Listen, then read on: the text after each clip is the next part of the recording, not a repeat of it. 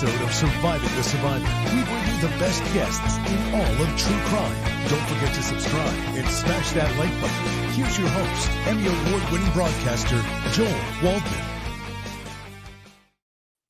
Welcome to Surviving the Survivor, the podcast that brings you the best guests in all of true crime. And surprise, I'm not Joel Waldman. I am the COE, also known as Ileana. And if you don't know me, I'm Joel's wife. I'm also a former journalist, and I usually work here behind the scenes at STS. But today, because Joel is driving up to Tallahassee, I am taking over and filling in. So welcome to everyone. If you're new here, please remember to subscribe, hit the like button, and please leave your comments and questions for us, as this is a live stream and we will be taking some questions for you. A big shout out to Gigi for being here. If you don't know Gigi, she is from Pretty Lies and Alibis. She's done a phenomenal job covering so many stories. I think one of Gigi's strengths is that she's really good at the deep dives and getting a lot of details and information about cases that not a lot of people can. She also is a freelance journalist that travels all over the US to cover various cases. So welcome, Gigi. Good to see you. And we do have Lauren from Hidden True Crime coming. She will be hopping on in just a few minutes. She just texted us to tell us that she's running late. So the trio will be reunited any minute now. But in the meantime, until Lauren gets here, Gigi and I are going to get started. And I know that we've been doing a lot of Donna Adelson coverage. Gigi also covers that story. But today we are taking a break from Donna Adelson. But before we get started, I do just want to share this with you guys. Just because Donna Adelson does begin tomorrow, it is jury selection. Oh, people are saying my sound is cutting in and out. Gigi, are you hearing that? Not on my end, but okay. If you guys are having a hard time hearing me, then let me know. If it's on your end, maybe try refreshing. If some of the mods can let me know what my sound is like, that would be great. But in the meantime, I do want to just point this out here for you guys. This is the Donna Adelson trial coverage that we're going to do. We are going to have gavel to gavel coverage on this channel, STS. I know some of you guys are watching this right now on the Best Trials channel. I'm going to explain to you guys how to find our trial coverage, but don't worry, we will give you all of the options on where to watch the trial. We're also going to have 4 different shows. So in the mornings, we'll have a live stream of the court session. Then we'll have a lunch live. Then we'll have the live stream of the afternoon court session. And then at night, we are going to be doing our best guess analysis shows. So there is going to be a lot of coverage. Whatever you missed, don't worry, you can catch up. You can watch the next show. You can always watch it on replay. Gigi also covers the show. So you can also watch it on Pretty Lies and Alibis. We love to support each other. Gigi and Lauren, who's not here yet, are both amazing women. They're amazing moms. And while they're great on air, they're even better people behind the scenes and off camera. So I just want to thank Gigi and Lauren again for being here and for taking the time to speak with us. All right, so let's get started here, Gigi. I'm not quite sure how intensive you've gone into this case of Kouri Richins. But for those who don't know Kouri Richins, it's a very fascinating case. I'm actually going to pull up a photo here of Kouri. I know that we have covered it here on our channel. Joel has covered it with both Sky Lazaro, the attorney that once represented Kouri, as well as attorneys representing the family, the victim of Eric Richins, who is Kouri's husband, who obviously died. But Gigi, can you give us like a 2-minute recap of what happened? yeah, well, it's convoluted, but ultimately Kouri's accused of poisoning Eric with fentanyl, and she tried, ironically, on Valentine's Day and failed. She got him a deli sandwich. He ate it, got sick. Now, in the meantime, what we have found out is that there was a middle person who was getting the fentanyl for Kouri through people she knew. She's cooperating with authorities, will testify at this trial. But unfortunately, the second go around, Kouri was allegedly, and I say that I don't want to get sued, successful in killing Eric. And for a while, she wasn't arrested and went on to write a children's book on grief about losing their father. She actually went on some local news stations there in Utah to promote the book, and then bam, got arrested for his murder. It's been crazy. You know, she was charged with assaulting Eric's sister who was there. Eric kind of had a feeling something was going on. And in fact, on the Valentine's Day attempt, he told a friend, I think my wife's trying to poison me. even before that, I mean, we could take an hour, but Kouri flipped houses. And really, to make a long story short, she was so deep in debt with these hard money lenders. I mean, her payments were sometimes in the thousands per day. And there was this huge mansion that she wanted to flip. Her husband was against it. She was taking out life insurance policies on Eric that he didn't know about. Just, I mean, she was so in over her head, which I think lends to a lot of the motive in this case, is how far in debt she was. And I mean, there was no way out. There was no way out for her financially. And so she got arrested, and it wasn't until after Eric's death that she found out he put everything in a trust that was controlled by his sister and not Kouri. And so that resulted in Kouri had called somebody to open up the safe. The sister saw it, told her to stop. This isn't your house. I think she punches the sister. It's just been crazy, but she just had a preliminary hearing a few weeks ago. Of course, she was bound over for trial, got new lawyers, by the way. She had a really great attorney, Sky Lazaro, who I love, thought she was fantastic, but now she has a new legal team. And so now we're waiting for trial. All right. Gigi said everything. We're I'm done. sorry. No, no, no. Well, no, that was a great recap. And the important part, I think, about this story and many of the cases that we're seeing here on our channel and yours as well, Gigi, is that there are two big themes that are important when you're watching these cases. One is follow the money. There's always a money trail. And two is the digital forensics. In so many of these cases, like in the Donna Adelson trial that we've been covering, it's interesting, it's fascinating, and it's really quite shocking that all of these people, if allegedly, that all of these people are doing all of these things and yet leaving these trails. And there's so much evidence. There's so much digital forensic evidence, and there are so many clues. And when you follow the financial trail, I know that we were speaking yesterday about this. It's hard to excuse that, right? Especially because in this case, and I could be wrong, you're the expert, Gigi, so please correct me if I'm wrong. But I think that Kouri Richins didn't know that her husband had switched his insurance policy to his sister. So this whole time she's banking on it. She thinks she's getting X amount of millions of dollars. And lo and behold, all of this happens. And now she gets nothing. So I do think that's very interesting. I also just want to reference the page here in front of you that you're looking at. That is Kouri Richins on the left there in the small square. And again, that's Kouri Richins with her husband, Eric Richins, who was the person who was murdered, and their three little kids. I want to put an emphasis on the fact that we're also talking about a wife and a mom. And Gigi, I know that we're both moms, and so many people in the chat are as well. That's a whole other element that really throws me for a loop when we're seeing these stories, especially this one. I have three kids. I think you have three kids as well. I do. Yeah. And like, I cannot imagine what it would take to be put in a position, or to put myself in a position where now I'm not only hurting loved ones, but I'm hurting my own children, because obviously your kids will forever be affected. And now they don't have a dad, and they may not have a mom. So it's very interesting how all of this plays out. And I find it extra fascinating when it's a woman that's on trial, especially a mother. Yeah, I agree. And one thing I forgot to include in my little crazy summary is she had a boyfriend, and in fact had texted him on Valentine's Day that something like it would be so much easier if he weren't around, meaning her husband, so there's that motive as well. But it is crazy. And you think about like the Adelson case.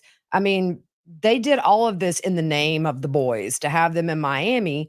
And, it's almost like Donna didn't compute that these boys would grow up and they wouldn't need the 24/7 care. She actually referenced that on the hot mic call. But you look at the burdens that these families put on these kids in taking away their fathers, especially in the Adelson case where it was done for these boys, or that's what they say. This is something these boys will have to live with for the rest of their life. And Kouri and Eric's boys, he was very involved in their lives. I've heard about him just being an amazing person who would pay for like kids that couldn't afford sporting, like the equipment to play football or soccer or whatever. He would anonymously pay this stuff off just a good guy that just married crazy, unfortunately. And it always blows my mind. These people don't watch Dateline, obviously, because they always can get these text messages and web searches back. It's like, I mean, these people don't learn, or they're just so cocky that they think they'll get away with it. It's like that's what always blows my mind because these days, pretty much every case involves digital forensics in some way.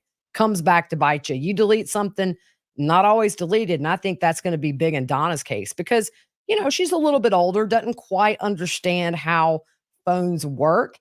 And the same with Kouri Richins. There was a lot of stuff deleted that they were able to recover that's very damning for her. Well, that's what surprises me is that, yeah, they don't realize. I mean, just because you delete it on your phone doesn't mean it's deleted. And that's the whole thing. Even years ago, they were saying whatever you put on the internet stays there, whatever has some kind of digital evidence. I mean, that's there for forever. So much so that even when I'm arguing with my husband, who many of you know, Joel, if I want to say something, I never text it. I'm like, you know what? I'm calling it. I don't want digital forensics. I don't want any evidence. But yeah, no, I'm always so incredibly surprised. And speaking of that, I do want to pull this up.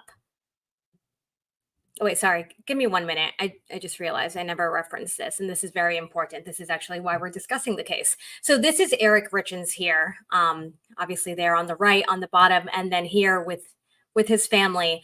And we were talking about Kouri and how, it's hard to grasp that anyone would do this. But the weird part is that when you look at that family photo, I was actually looking at a lot of photos last night, just Googling different images. And what surprises me is all of these people seem seemingly normal when you look at their Instagram, when you look at their Facebook. And I was just reflecting on social media and just thinking, wow, it is scary because we do paint this picture of this happy, perfect family. And you don't know these people. You don't know what's happening. And then you find these stories out and you're like, wow, like by their Instagram, you would never know. So I just found that to be very interesting. Yeah, well, I think we all do that. We all put out what we want the world to see and perceive when, in reality, it's probably very different. But, I mean, look, I have friends who air all their dirty laundry on Facebook, and I'm just like, really? But it doesn't mean I don't sit there and read through it for 20 minutes either. So it's a little entertaining. But yeah, I mean, to look on the outside, this just seems like, your average successful family because Eric did have a very successful business on his own with another partner. And, Kouri just had these dreams of being this multimillionaire through flipping houses, and it backfired in such a bad way. Yeah, no, it's pretty wild. And it's interesting. Even when you watch those shows, like I forget what show it was, but it was like a Dateline type greed show. I'm always watching these shows thinking, gosh, like these people have so much. Like, when is enough enough, Right. All right, so Yeah, I because do want they to pop weren't this up. hurting. I mean, that's the thing is Eric's business was very, very successful. It's not like they were, living paycheck to paycheck like probably the majority of Americans. I mean, a very comfortable life, very nice house, but she wanted to go out and make her own way and just made some really terrible financial decisions at every turn and I think he really started to pick up on the fact that she had gotten herself in a mess. And that's why he put his foot down about that mansion that was unfinished, that was gonna require, so much money to even finish and flip, and I think it sold, and for what she bought it for, it sold for less unfinished, or Yeah. when it was finished, than what she ended up and did. I think it was, like, the day after he died, she signed the papers on that mansion, so it's just, it's crazy. No, it really is. And when you look at this, so another thing, Kouri Richins had a burner phone. Whenever you have a burner phone, that's probably a sign that you are doing something that you should not be doing. So these are some of the messages that were analyzed in a digital forensic analysis and search. And I just want to read these out loud to you. I know that all of the friends here on STS Nation and all of the Alibuyers and all of the gems who are joining us probably know this because you guys all know all of these cases so well. But I was really taken aback at how obvious these searches were. So the first one says, Women, Utah prison. The second one says, can cops uncover deleted messages iPhone? The answer, everyone, is yes, they can.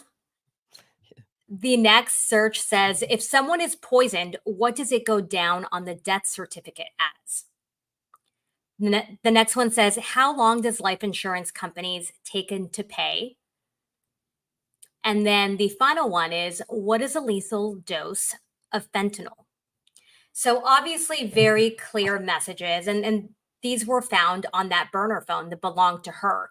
So Gigi, as you're looking at these and realizing, how obvious these messages are, I mean, there's no code here.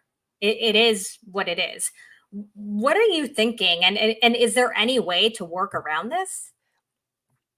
Well, I mean, they'll try to work around it, but it's pretty damning. I think there was also a search for luxury prisons in America. I don't think I've ever heard of one of those. Oh wow, luxury. But yeah, I mean, look, it's just so blatant, and I mean, I think she was narcissistic enough to think that this just wouldn't come back to bite her. But I mean, good grief, she did everything but Google, "I killed my husband. What do I do now?" I mean, it's just these searches are so damning. It's going to be really, really hard to explain these away. Hey, Yeah, no, Lauren. exactly. Hey, welcome, Lauren. Thanks, guys. Hello. Thank you Hello. for joining us, everyone. If you don't know, this is Lauren from Hidden True Crime, and we thank her for being on here. I welcomed you earlier, but you weren't here, so Thank you. welcome again and thank you. So we just got started not too long ago, and we were just talking about how damning these search results are from Kouri's burner phone, and the fact that she had a burner phone to begin with is just like a very concerning sign that she was obviously up to no good. Right, right. And these Google searches. My goodness.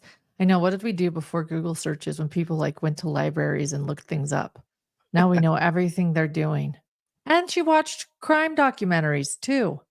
I mean, Yeah. let's say she's innocent until proven guilty, right? Like okay. I mean, and we know that she watched crime documentaries because she texted her her significant other that wasn't her husband, "I just want to watch a murder documentary with you." And she still didn't know that she shouldn't be Googling these things on a burner phone. Like, innocent or guilty, like, not a good look. Sorry. Yeah. And I'm sorry. I don't know what you guys have covered, but that's what I'm thinking. That's what I thought when I first saw these. Uh, my thoughts. But No, Lauren, didn't she get some payout from insurance? I mean, I think she did get some money. Do you know? Yeah. I mean, there was a big fight over it. She did end up, I believe, getting some, yes, but now everything's pending because she's been charged with murder. But Right. yes, there was a big argument over that because she had signed a prenup, and he had changed his life insurance at work, his beneficiary, and he had put it into his trust that that everything of mine, if something happens to me, goes into this trust, and this trust is protected by the prenup. But she was opening life insurance policies without him knowing, in his name. So And even tried to change that life insurance policy through the business into her name. She did that a couple of times, like she flip-flopped or something. correct. So she Yeah. put Cody, his business partner, she went in and had Cody's beneficiary go to her, which is really weird. And I don't know if that was a mistake on her part or if she thought, yeah, I'm going to have Cody go to me, or she thought she was changing her husband's, but they caught that right away and fixed things. And it was shocking. And Lauren, what about Anja here has a question. Did Kouri take life insurance out on the children? I heard she did. Do you know If that? she did that, she could have. I only know what I know. I know that she was taking out several policies. You know what? Yes, I think she did. You're right. Now that you said that, yes, Wow. I believe that she did do that. But I do know more certain that she took out numerous life insurance policies on Eric before. Yeah, he was my there. friend Laura, who's the know-all on this case, just texted me. She had almost $2 million in secret policies on Eric. Mhm. Wow, I mean, I didn't it's- even realize you could take multiple life insurances out on a single person. I Without feel them like it's knowing not too, that which is easy bizarre. to take out. Yeah. Like even Tammy Dable had to go sign. Well, I guess it was her life insurance policy, but it's surprising that he wasn't able to find that out. Mhm. Yeah, she was doing a lot of stuff. Like when she was applying for these loans, she was getting like letterhead that she was forging and bank statements. It's crazy. I mean, that girl was so underwater financially. It's just to me, that's the biggest motive of all this. Well, yeah, And sex and Julia money. Nielsen here is asking, what sentence is Kouri facing if convicted? I just want to pull this up for those that don't know. She is facing 11 charges: attempted murder, multiple counts of forgery, intent to distribute a controlled substance, mortgage fraud, and then, as we were just discussing, insurance fraud as well. She pleaded not guilty to all of those, and her trial is scheduled for April 28th, 2025, which happens to be my sister's birthday. As well So, as first degree murder, though, too. Do we not yeah, have yeah, that yeah. there? Yes, Yeah, and as first well degree as murder. that. And the attempted murder, forgive me if you already covered that, but that was from the Valentine's Day sandwich incident. Did you cover? Yeah, we talked about that Okay. briefly. I'm just Yeah. gonna lean back and listen. Okay. No, No. and We didn't talk about the attempted murder charges for that. It kind of slipped my mind, but yeah, she did. So that's a newer charge, I think, right? It's a newer charge, definitely being argued by the defense for good reason because it's added, but there is some interesting evidence uh with the with what she texted the dealer. So Carmen, alleged dealer. So on Valentine's Day before Eric died, he had a sandwich in his seat car or his car seat, and a nice little note from Kouri. And allegedly, his side of it is that he broke out in hives and was severely sick after he ate that sandwich. And Kouri argues that that's not necessarily the case. Kouri argues that no, he wasn't that sick, and he went to like a soccer practice of his son's later that night. According to Eric, he was deathly ill and so concerned that he said to somebody like, look, if something happens to me, I think my wife's trying to poison me. But I think the most damning part of that attempted murder charge is the fact that there was a text from Kouri to Carmen. Carmen is the alleged drug dealer that said, can you get a higher dose of fentanyl? The last dose was too low. Yeah, it was like something stronger or something like that. And then did she ask for the Michael Jackson stuff? Correct. Yeah, something like that. So I mean, that kind of goes back to it. I mean, you don't necessarily have to have it's kind of common sense. The jury will be able to use that statement in relation to the text messages we have where she's like, "Geez, is it really that bad?" Where he went and laid down and things, and then you have this, "I need something stronger." That's where the jury can use their noggin and say, well, he died of fentanyl poison. You're going to have this lady testify. I was the middle woman. I mean, she's cooperating with authorities and for good reason. She was on like drug probation or something. They did a search warrant at her house, found stuff, and then she really started cooperating.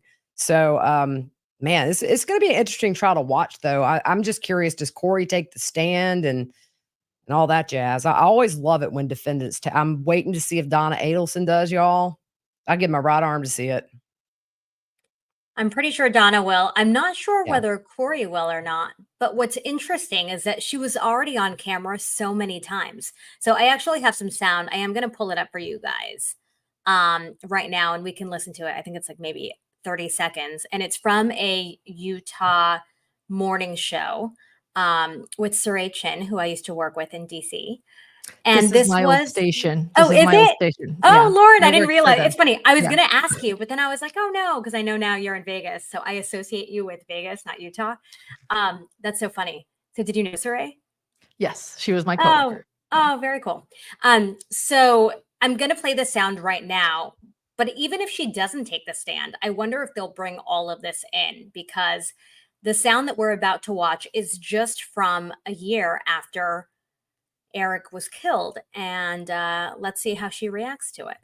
I'm going to put it up right now.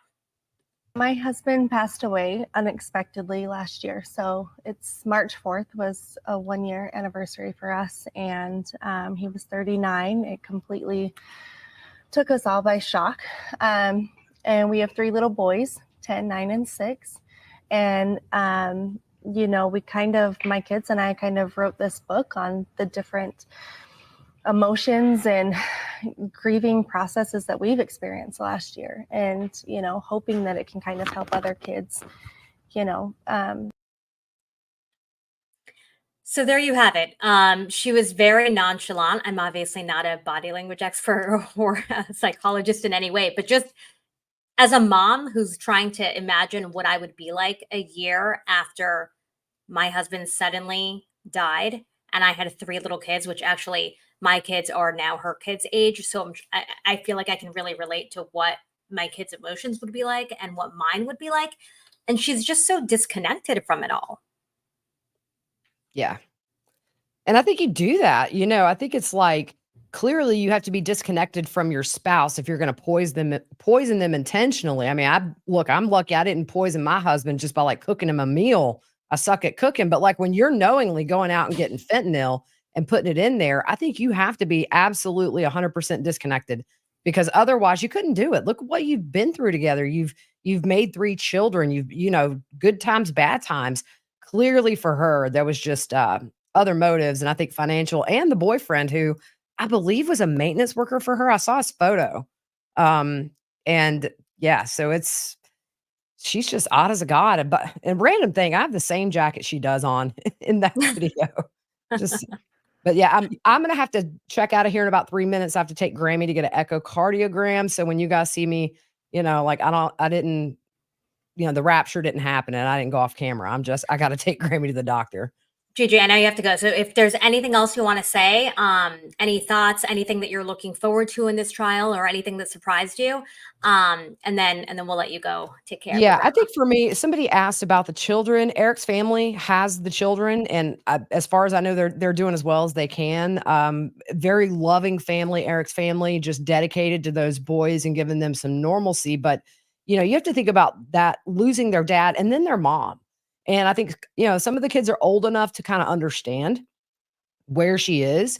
What I'm most looking forward to, honestly, is just justice for Eric, because for me, there's not many cases where I'll say in the beginning, like, this is a slam dunk, like, this is going to be a guilty verdict. Juries are unpredictable, but I mean, this is kind of one of those clear as day for me personally.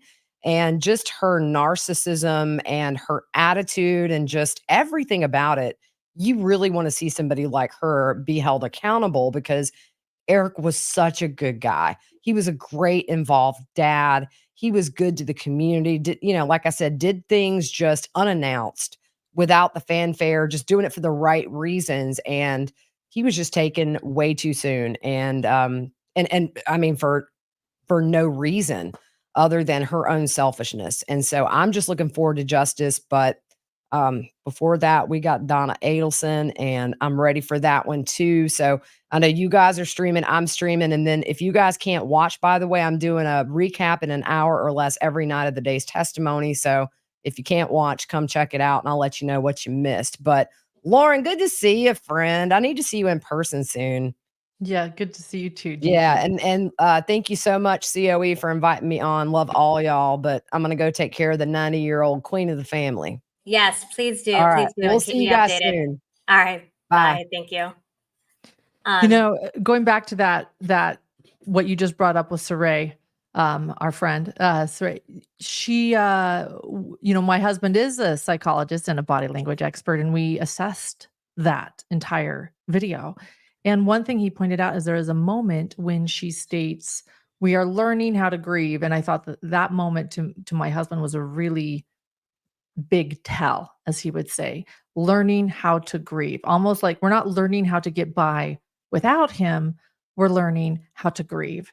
And it was a very fascinating interview for us all to look back on. That's essentially why this case made the news, I think, so quickly. I have to say, I disagree a little bit with Gigi that this is a slam dunk case. I actually think that the defense has some solid arguments. And I was at the 3-day or the 2-day, excuse me. We thought it was going to be 3-day, but it was a 2-day preliminary hearing in Park City, Utah, in Summit County. And a couple of the solid, of course, we went forward. The judge ruled that they have enough evidence to go forward with all of the charges. But one thing that the defense, I think, has is the fact that there were no fentanyl pills ever found. They weren't able to get them. So they only have the word of course, the Google searches as well as the text, but they have the word of Carmen. Carmen is an incredibly strong witness. She is the one that is saying that absolutely, she was supplying these drugs. But we also have to remember again that she has a deal as well. And it's pretty much a get out of a jail free card for Carmen who could also spend life behind bars if she didn't testify. Now, look, I think there's more evidence. I agree with the judge's decision. There's plenty of evidence for the charges to go forward, but I do think that the defense does have some solid arguments, I want to say. And Lauren, I'm just going to read this super chat here. It says, my husband passed away 20 years ago, and I still can't talk about it so casually. I think Exactly. that's what those of us are at home, we're obviously not in the courtroom. We're not always looking at all of the hard evidence. I mean, I know some of you guys are, because you guys are super hardcore and amazing. But but for some of us who are casually reading these stories and reading the articles and watching, what really just hits home for me is that, yeah, I'm watching these interviews, that she did. And like Kathy's comment, like she doesn't seem affected. She doesn't seem to be grieving. She is learning to grieve. But if you are mourning someone, then you're grieving. You don't have to learn how to do it. You're feeling it. You're feeling probably so many different emotions all the time, if not for yourself, for your children, for both of you, for your family, I can't even imagine. And quite frankly, I don't want to imagine what that would be like. But it's interesting to think that this could come down to whether or not that is a strong enough witness, because obviously, ultimately, the evidence is what will play a huge factor in whether or not they can find her guilty. Correct. And that interview will likely not even be part of the discovery or evidence, right? So I think that a lot of us in this community that are looking at this see it as a slam dunk case. And I agree with Kathy. Kathy, you're so right. Like, I can't imagine after my husband passing away, going on a talk show to promote a children's book I wrote, let alone what she did allegedly, which is throw a party to celebrate the closing of this massive mansion she had purchased, this investment mansion she had purchased just like a day or two after his death. And when it goes back to that interview too, I want to point out, like, I could see myself writing a book about grief for my children or child, but to go and promote it is a whole other thing. And I don't know if you've read the book, but the book is not, I mean, look, I'm going to be critical because it's Kouri Richins, but the book, in my opinion, isn't that great. It's not a book that I would share with my child. How about that for grief?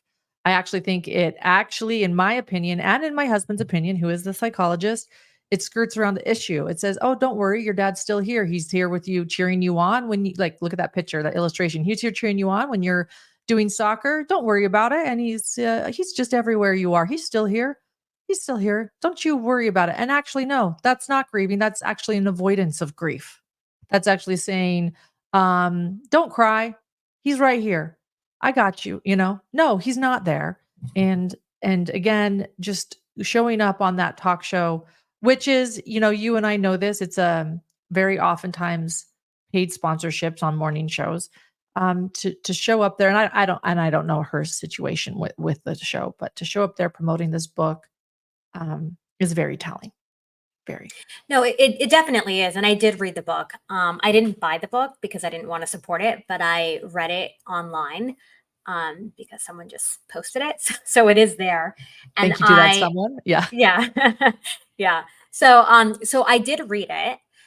This is a dedication. It says, dedicated to my amazing husband and a wonderful father. And Lauren is absolutely right. And so is Dr. John, her husband. I defer to him for all psychological analysis of anything and everything. But it's true. Like, they never really discussed the actual death. They just kept saying, when you're sad at school, your dad's in the hallway with you, but he's not. He's not here. He's not. He's not here for anything. He'll never be here for anything. I mean, obviously, if you are experiencing loss, and even with my grandfather, yes, I want to believe that he's with me through X, Y, and Z. But if this is a very real experience for them, then you're right. There is no truth. There's no meat to the story. It's just a lot of fluff. And looking back, it does feel like it was a PR stunt. And I watched the full interview a few times last night, and again, there's no emotion. To me, that was very weird. She doesn't even try to fake it. She's just very honest about, doing it for her kids. Like that was her attitude. She's like, I'm doing it for the kids. So I want to play this quickly. This is another piece of that interview. And then I'm going to start to star questions. I'm really sorry. I completely forgot to pull up comments, chats, questions. So I'll do that, but give me 1 minute to pull this up. And it's only been a year. How did you process and say you go from processing death to I need to write a book and help others? You know, I just watched the struggle that my kids were going through. And I actually, you know, I went on Amazon and Barnes and Noble and trying to find something that we could use to cope at nights. Nights are the hardest, it seems like, for everybody when, you know, dealing with anything. But I just wanted some story to read to my kids at night. And I just could not find anything. I couldn't find anything that really, you know, suited them or helped them find comfort. Sorry, I cut off at comfort. But again, she started off saying she needed something for her kids because they were having a hard time. So to me, again, as the grieving wife, that she's would not be grieving. weird. Yeah, there's no grief there. That's exactly what I caught in that. Thank you. Thank you. That's exactly what I caught. She's needing something for her kids to grieve, not our family, not me. I'm just sad, just her children. In other words, like something to like pacify them because we need to move forward. Yeah. So obviously, Lauren, you know this case really well. You were there in person. Is there anything that worries you about the case in terms of evidence aside from the witness? Like, is there any kind of hard evidence that you think will come into play in terms of this case not being as strong as you think it is, aside from the fentanyl not physically being found? I think what you just said, the fentanyl is my biggest worry. I mean, that's right there. The fentanyl was not found. Again, you know, cases are charged all the time without things being found. You know, she clearly got rid of it. But that to me is the biggest thing, to say there was an exchange of drugs and to not have the drugs is not great. You know, it definitely, right. Look, all that has to happen is for the jury to have doubt. And again, it's the A plus B. It's there's no fentanyl found. Fentanyl. People always make fun of how I say that. I guess I say it with like a Utah accent. Forgive me. I'm like insecure. There's no drugs that have been found. And you have a drug dealer who's claiming this happened. Absolutely, this happened, but it's her get out of jail free card. I think also the attempted murder is going to be very difficult because I actually think the defense has a great argument that is there really enough evidence for this? The evidence for the attempted murder is the fact that she's also being charged with the murder. So again, A plus B equals surely this was an attempted murder. But if all the other charges weren't there, would there be an attempted murder charge? I think the attempted murder charge would be an easier charge to have happen after she's convicted of other charges, right? Like I think without the conviction of the other charges, it makes it a little bit more difficult. So those are my biggest concerns. And then of course, it's a he said, she said debate where Kouri's saying, no, Eric was in with all of these, you know, business deals I was doing. He wanted to buy this house. We were celebrating this house, where other people are saying, no, he wanted nothing to do with this big investment property in Midway. And he was scared and you know, it was so concerning. So those, I think a lot of the he said, she said are going to be problematic. Of course, I think one thing that's going to help, and I know we all say this is about money, but it was also about sex, you know, good old American crime, right? Sex and money, that she had a significant other that she wanted and to he did too, right? Or am I allegedly, or is that okay? I'm not going to delve into that one as much. Okay. Yeah, possibly. But if he did, I mean, okay, how about this? That right there is what I think the defense is going to use, right? But even still, I mean, yeah, it's funny because I see it as the opposite. If anything, that would, for me, that's more motive for her. True. Like I feel like that would just like fuel her fire. Yeah, right. That would just make her even more angry, right? It's, you know, there's certainly motives, like things that are great for the prosecution. Motive, I mean, right? Follow the money. Is that what people say? Follow money. This has got plenty of money to follow. And then you throw in a romantic relationship that's a secret. Bingo. So you've got the motive solid as can be. But And then, what about then you, family, Lauren? I know some people, I'm going to pull this up here from Crafty Chris. Lauren, what do you think of Kouri mom's potential involvement? Which I know that's like a whole other oh no, let's talk story, about but it. but I'm like everything's like coming together, and now these stories are enmeshed. Then does what the It's mom wild. did matter? Yeah, you wonder about the history now. And I want to say this. So we're going to delve into Kouri's mom. What's interesting about being there is the courtroom is completely full, and it's a large courtroom. Same courtroom. Sorry, random fact that the Gwyneth Paltrow ski case Interesting. was tried, and it's mostly family, and not just the Richins family, but also the Darden family, Kouri's mother, Kouri's siblings, Kouri's extended family. She also has a lot of support. You don't always see that as much, right? Like people going like, "Oh, nothing to see Yeah. here. I'm going to, you know what?" Lori Vallow's family wasn't lined up in the courtroom, right? A lot of times with the defendant, you don't see that. So her family is massive supporters standing by her, including two friends of hers that are there. They ended up having to leave the courtroom because they're going to be witness, but she has people standing by her. So, but getting into this suspicion of Kouri's mother, she was there. She was called right away. So that evening, after Kouri discovers Eric dead and she calls 911, she calls her mother, and her mother is there helping her. I mean, helping, I don't know what she's doing there, but she's a big part of this initial probable cause. Okay. So let's just throw that in there. What is she doing there? I mean, I get it. It's your mother, but at the same time, she needs her I don't know. So there's that whole thing. So Kouri's mother had a partner, a female partner that moved from a different state, I've actually looked at the autopsy. I've looked at the obituary for his cousin, and I'm forgive me, I can't think of her name right now. Someone has it in comments. The mother's partner that passed away. The mother's partner suffered, it is true, with addiction, but was clean, and they were living together, and she died unexpectedly at a young age. And again, she didn't have a lot of family support. The obituary is very short, and her family was in a different state. So that doesn't help either. But it was simply she succumbed to addiction and an overdose. And of course, certainly, we're all going to be looking at that and wondering, just like we did with Joe Ryan in the Lori Vallow case, right? When somebody's all of a sudden accused of something heinous and horrible, we're like, well, what in the past could possibly have been a sign, or what else is going on? And Kouri's mother's partner's death is certainly a major red flag and something that is very compelling. Enough so that it has been brought up, in court docs and in discovery.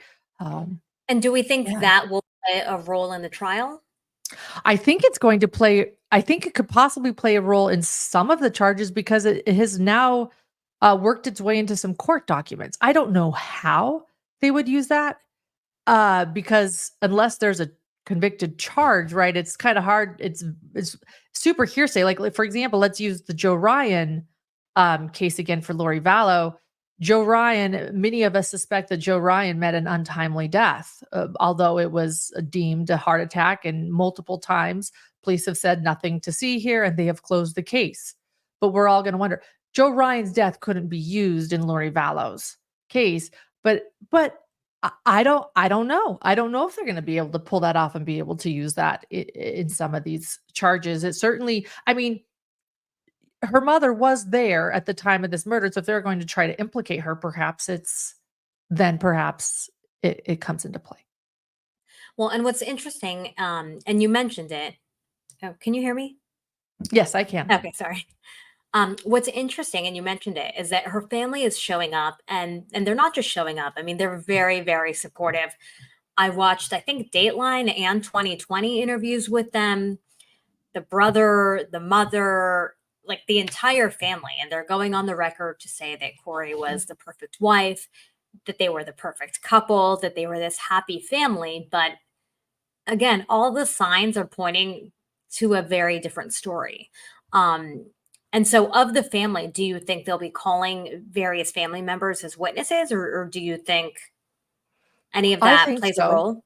Well, I mean, her mother is absolutely a witness, right? Like she was there the night the 911 was called. I don't know if the prosecution or the defense would call her, but she certainly is involved. I mean, she's throughout the entire, arrest charges, the initial arrest charges, and to why they made the charges.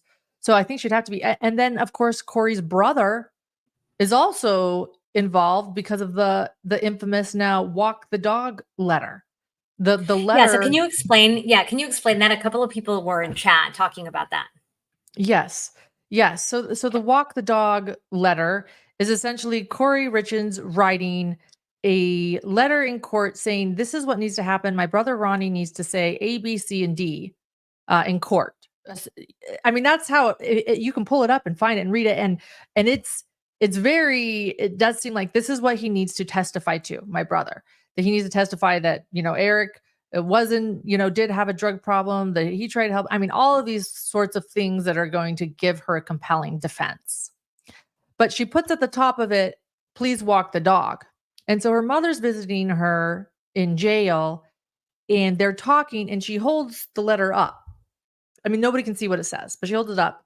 But at the front, it's circled again, please walk the dog. So is she holding it up to say, hey, mom, yo, walk the dog? Or is she holding it up so her mother can say, look, you got to get Ronnie to say this? It was found in a manila folder labeled client attorney privilege, which, is also compelling. And now Yeah. it's public. That's a problem with the letter is the defense is going to argue like this was attorney client privilege. But since that time, Kouri has come forward to talk about it now and to give her side of it all. So, already we have like, is this attorney client privilege? Is this not? Was she trying to tell her mom to walk the dog? Was she trying to tell her mom to get her brother to lie on the stand? Like all the speculation. Well, Kouri's come out and Kouri's now stating, no. This is just a part of a novel that I'm writing behind bars, everyone. Everybody has it wrong.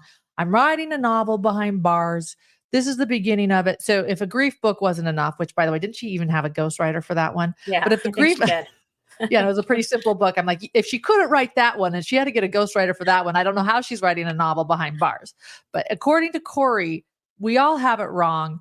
And we need to just shut all speculation off because what she was actually doing was writing penning a novel, which is also, I just want to throw this out too. That's exactly what Chad Daybell said about the love story, or Chad Daybell's attorney said, I should say, about the love story that he wrote Lori with this perfect, condensed version of falling in love with Lori and everything that happened and every place they were. I mean, it was like this perfect summary of everything that happened leading up to their horrendous crimes.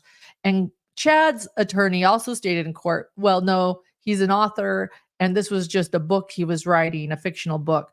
Kouri's sort of taking the same route there. But again, going back to why I brought it up, she held it up for her mother. So her mother, once again, they're very involved. I don't know if it's enmeshed, if they love each other, or they're meshed involved, but there they are. She's writing about what her brother should say and having her mother look at it. And the fact that she wrote, or the fact that she said, I'm writing a book as an excuse, thinking like, hey guys, it's okay. Like you'd think that's the last excuse you want to use after everyone is now scrutinizing you for the first book that you wrote. Yeah. So that's interesting. A question here from La Mesa, friend of the show. Lauren, when reading Kouri's text, I do not get the sense she was actually into the guy that she was cheating with. How do you feel? Language doesn't suggest that I feel he would have been a fall guy. And do you know anything, Lauren, about like the timeline of this? Like, were they dating for a long, or dating, hooking up? Yeah, cheating? whatever they were, Yeah. they were doing.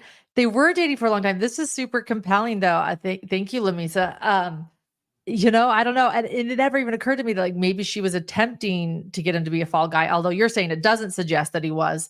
They were dating for a while, but I will say he was certainly a side guy because some of the texts. You're right, Lamisa. Some of the texts actually state she's like, oh, woe was me. Like, thanks for waiting. I just don't know if I can leave my family. And she writes something kind of flowery and romantic to him and sad. And his response is, I thought you were getting a divorce. Just like he's like getting kind of disenchanted. And then she writes something back. I know, but can you wait? I don't want you to wait for me. I don't want you to wait forever for me because I don't know when it'll be and I don't want to hurt my kids. So it certainly wasn't the most, yeah, you're right. Like he was certainly getting impatient, but interesting if we go further with that text thread, that very specific conversation, that's when she actually says to him, look, give me until Friday. And then by Friday, Eric's dead. So I don't know. Was she afraid of losing him? Did she like the attention? I mean, she certainly, she gives a compelling motive for this as part of the reason she killed Eric, but who knows? She was also having a hard time leaving her family. And Kathy here has a super chat saying, I'm not so sure it's unusual that families showing up, putting myself in their shoes. I don't think I could ever wrap my head around a member of my family doing something like that, which I get. You never know how you feel about a situation until all of a sudden it's your family. And obviously, if it was a family member, I'd probably show up to support or, there's only so much you can do, obviously, but if you think they're innocent, I guess it makes sense. It's just interesting, though. I do feel like in most of the cases, there are some family members, but usually there's not such a big show of support. I agree. Like everybody coming to everything. And it's one thing attending the trial. It's a whole other, attending every single hearing. And just as a group. And look, I admire it. Like Kouri has support. That I think everyone should have support, defendant or victim. But yeah, she certainly has it, and it's not always common with the defendant. And shout out to Defense Diaries podcast. Hi, Bob. Hi, Allie. Hey, Bob. He says, love seeing Joel's much better half managing the ship. SOS, I can't even pull up the comments. I'm so sloppy. Don't tell Joel. Luckily, he's probably not listening because I gave him and Cohen some homework on the ride up. So they're driving to Tallahassee right now. But thank you, Bob and Allie. We love you guys back. This is from Christy Wolf, and it says, is Eric's family able to see his sons while Kouri is in jail until the court trial? Yes. Yes, okay. They are with the Richins, and they are able to be with the children. They are in good hands. And the Richins family is a very large extended family. It's actually, they're very prominent in the area. They were ranchers that actually founded this area in Camas, Utah. A lot of their names are on a lot of the buildings. They are a well-known ranching family in I didn't realize that. Camas area. Yes. Oh, interesting. And okay. Yeah, they go way back in the area. And so they are a very tight-knit family from that area, and they are giving those children a lot of love and support. But it is absolutely heartbreaking. I can't imagine. These type of cases, I think, are most heart-wrenching when I just realize children are involved, similar, to the Adelsons and the Shanna Gardner case, two cases you follow. Like, I just, it's one thing for adults to be terrible to each other, and it's a whole other for adults to be terrible to each other when there are children that are affected. So, yes. Well, and that's the thing. In these situations, like, by taking out your husband, the father of your children, like, you're leaving your children without a father. And maybe these people are just so confident and they really think they're not going to get caught. But there's obviously a chance. And guess what? It usually happens at some point. And so now these people are leaving their kids with absolutely no one. And that's what kills me in all of these cases. You're right, Lauren, is now these 3 little kids that looked adorable in their photos. We blocked out their faces, but I saw some online. It's like, they don't deserve this. Like, they're just kids. Like, they didn't want any of this to happen. And now they will be completely affected. And they're old enough to understand what's going on. When their dad died, when Eric Richins was killed, they were, I believe, 5, 8, and 9, which is my kids' ages. And let me tell you, my 5-year-old knows everything about everything. Yes. So it's not like these kids don't know what happened and don't understand. They do. They really do. And so to grow up understanding the possibility that it was your mom that did this to your dad, and understanding or trying to understand why and how, that's awful. It is awful. It is. And it is. And then it goes back to just how angry actually the book that she wrote makes me. So again, it's not the issue. I think I just want to like explain. It's not the issue that we can't share with our children that, someone that they love passes away and that they might be able to be a guardian angel. My son lost his grandmother, and you can feel her presence or through memories. But I can't imagine the grief of these boys. And so the fact that she's getting some ghostwriter to write some book and say, look, he's always here. Don't worry about it. Let's move on. And then she goes, just going back to what you said, that she's going on this news program and saying, I was just trying to help them, kind of move on, is what she's saying. You don't move on when your dad dies, when your dad isn't there at soccer practices. It's not so simple. Also makes me angry that she thought that this could, these people, they think, okay, well, they're going to grieve for a little bit and then all will be well and we'll move on. No, they will never, ever, ever be okay. And this will follow them into adulthood, this trauma that they had forever. It's just heartbreaking that people do this to parents.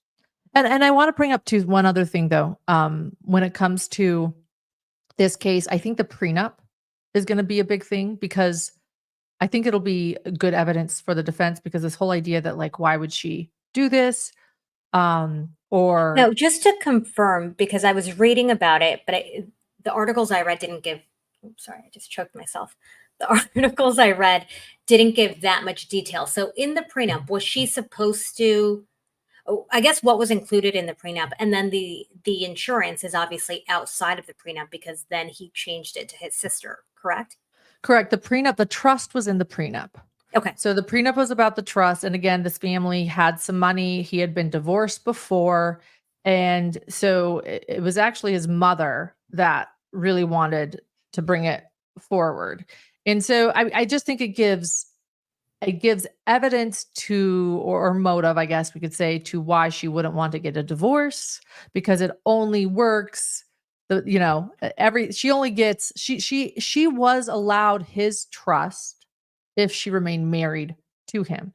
She didn't know that he had changed a lot of his trust and beneficiaries to his life insurance. And that's also why she was getting additional life insurance policies, outside of the trust. I think she was nervous, but if something happened to him while they were married, she would still be given the trust.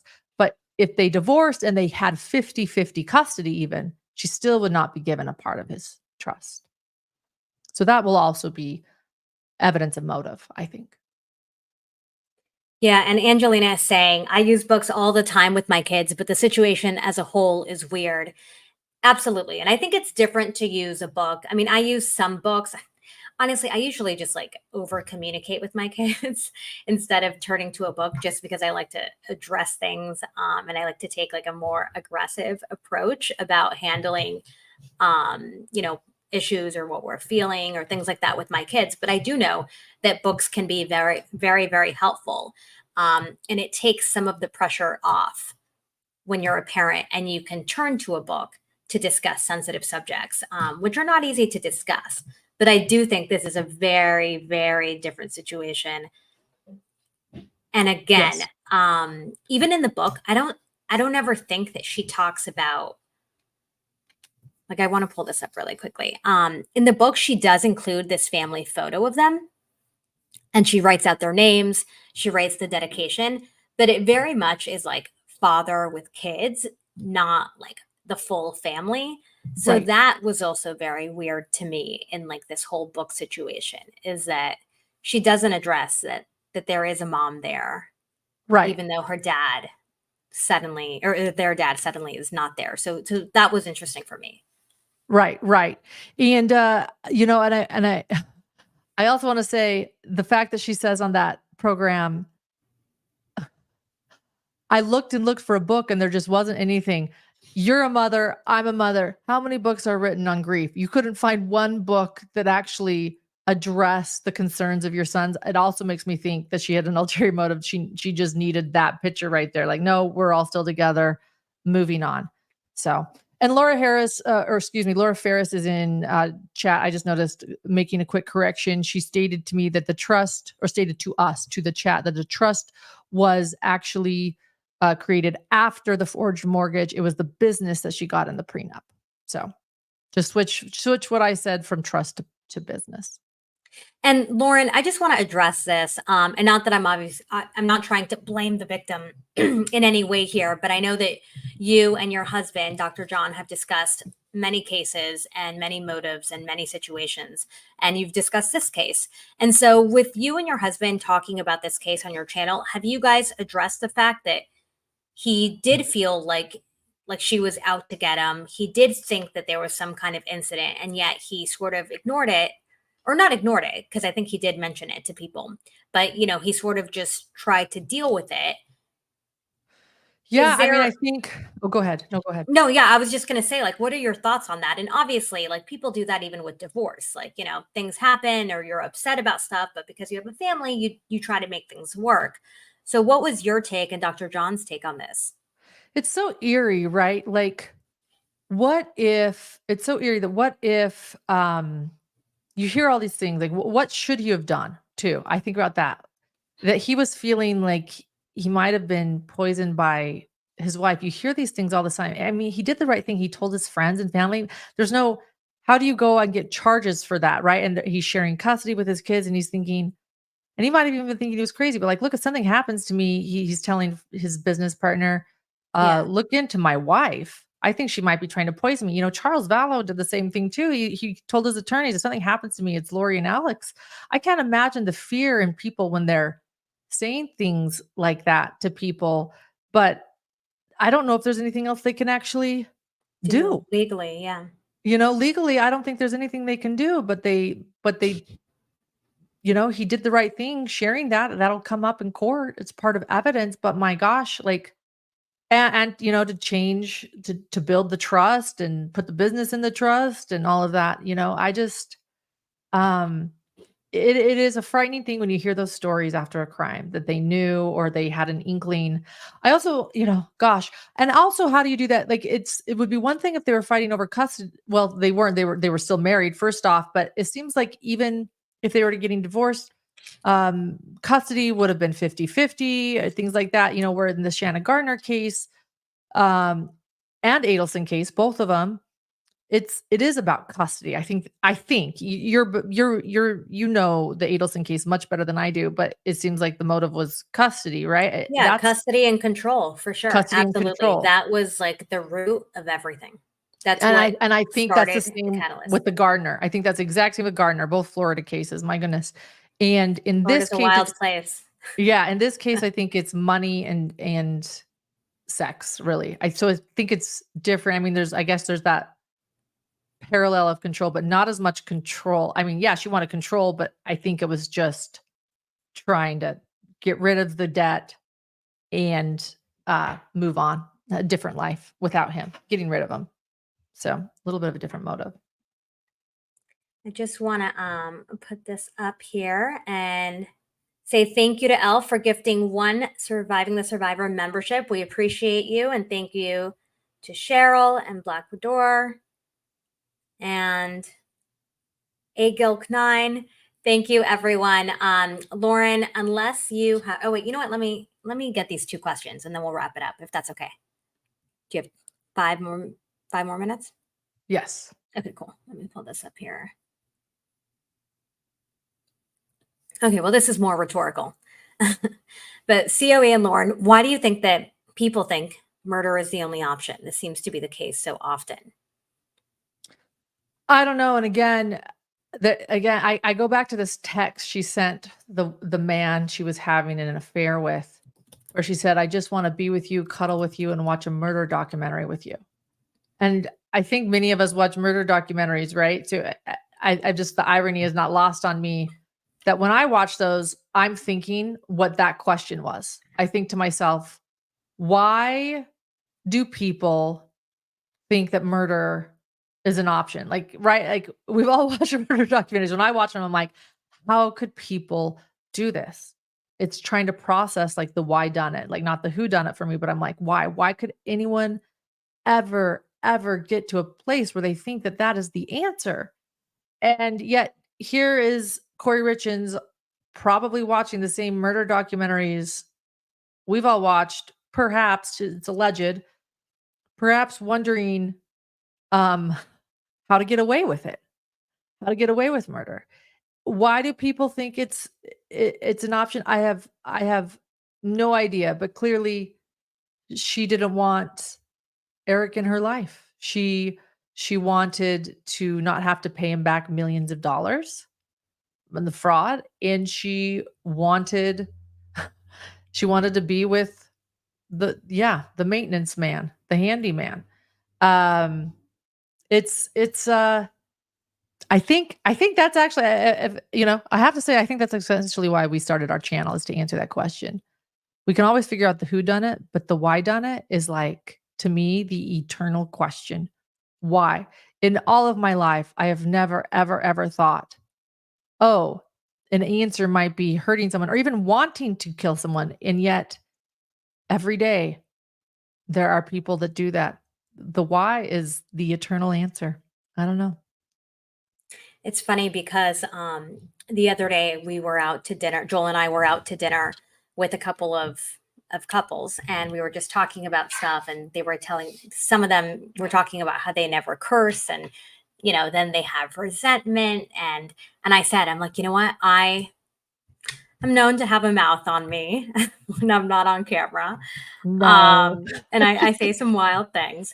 But I was telling them, I'm like, you know what? For me, I'm like, I get it all out. I say it all to Joel.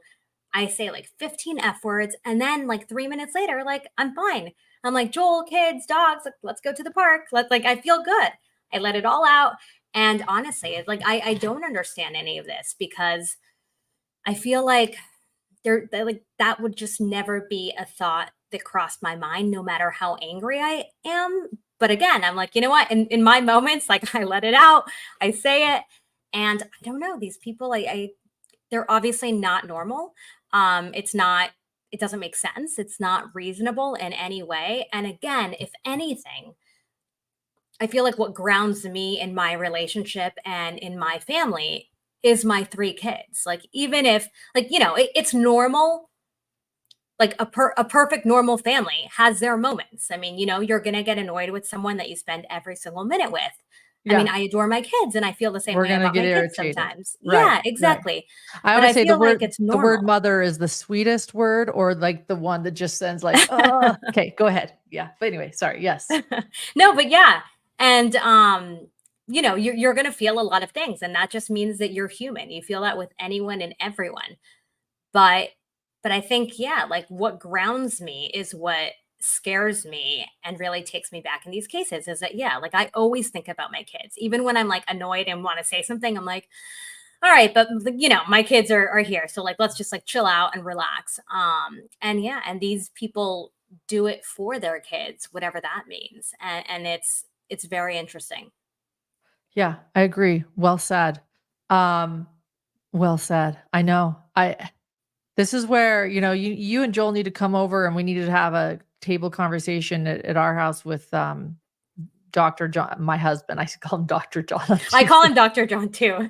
Well, I know. People are like, do you? I'm like, but he's your husband. Yeah. It was Keith Morrison that finally interrupted me. He asked me, because I kept saying Dr. John. He's like, do you call him that at home? And I'm like, no, no. But I do, yeah, on here. But right, because I think the why done it for me it's just, I think that's the question most of us ask every time a crime is committed, unless you're Kouri Richins or someone like him. Allegedly, you might be asking how to get away with it. I don't know. The chat is saying they call your husband Dr. Babe. They do, because I always call him Babe, and then someone said, "Well, how about Dr. Babe?" And so now it's yes, exactly, Dr. Babe. So, oh, very cute, very and cute. they do it because it embarrasses him, and he's sheepish, and so then when you've got a bunch of people calling him Dr. Babe, you feel so much more comfortable. No, just kidding. I love that. Well, now I will go in chats and say hi to Dr. Babe. Shout out to my mom who's in the chat. Thank you, Mom. She's watching while working. Hi, Co's mom. All right. Well, thank you to everyone for being here. Lauren, I think, unless you have anything else to say, I think we covered a lot here. There is going to be a hearing. Is it next week? No, in 2 weeks. I don't know. Is there another hearing? What? I have a lot of strengths, but keeping track of hearings is not one I of know. them. I have a calendar that Joel always yells about. because I'm like, I put things and then I'm like canceling it because it got moved. It's complicated. The true crime calendar is very complicated. If anyone wants to volunteer to help us, let us know. But I do think they have a hearing coming up at some point. And then the trial was set for April 28th. Yeah.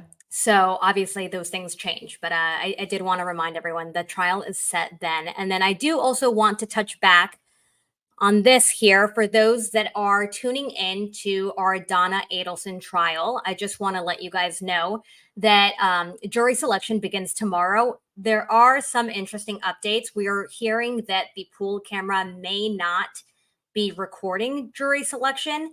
So I am working on trying to confirm that. I spent all morning speaking to a lot of different local news affiliates about their coverage and how to collaborate. So I'm going to keep you guys updated.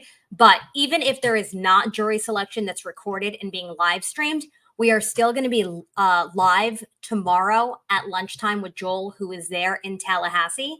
And he'll be bringing you all the updates if we do not have the live stream. If we do have the live stream, then we'll have that. Then we'll do a live at lunch. Then we'll do the evening afternoon session, and then we'll have the best guess analysis show. So every day, regardless of what's going on, we are going to explain what our plan is in the community tab. And by we, I mean me. So I'll be keeping you guys updated. If you need anything, please let me know. Joel is driving up to Tallahassee right now with Steve Cohen. So as soon as they get there, I'm sure they'll update me. And again, I just wanted to say thank you to everyone. Thank you to Space Coast. Thank you to all of our amazing mods.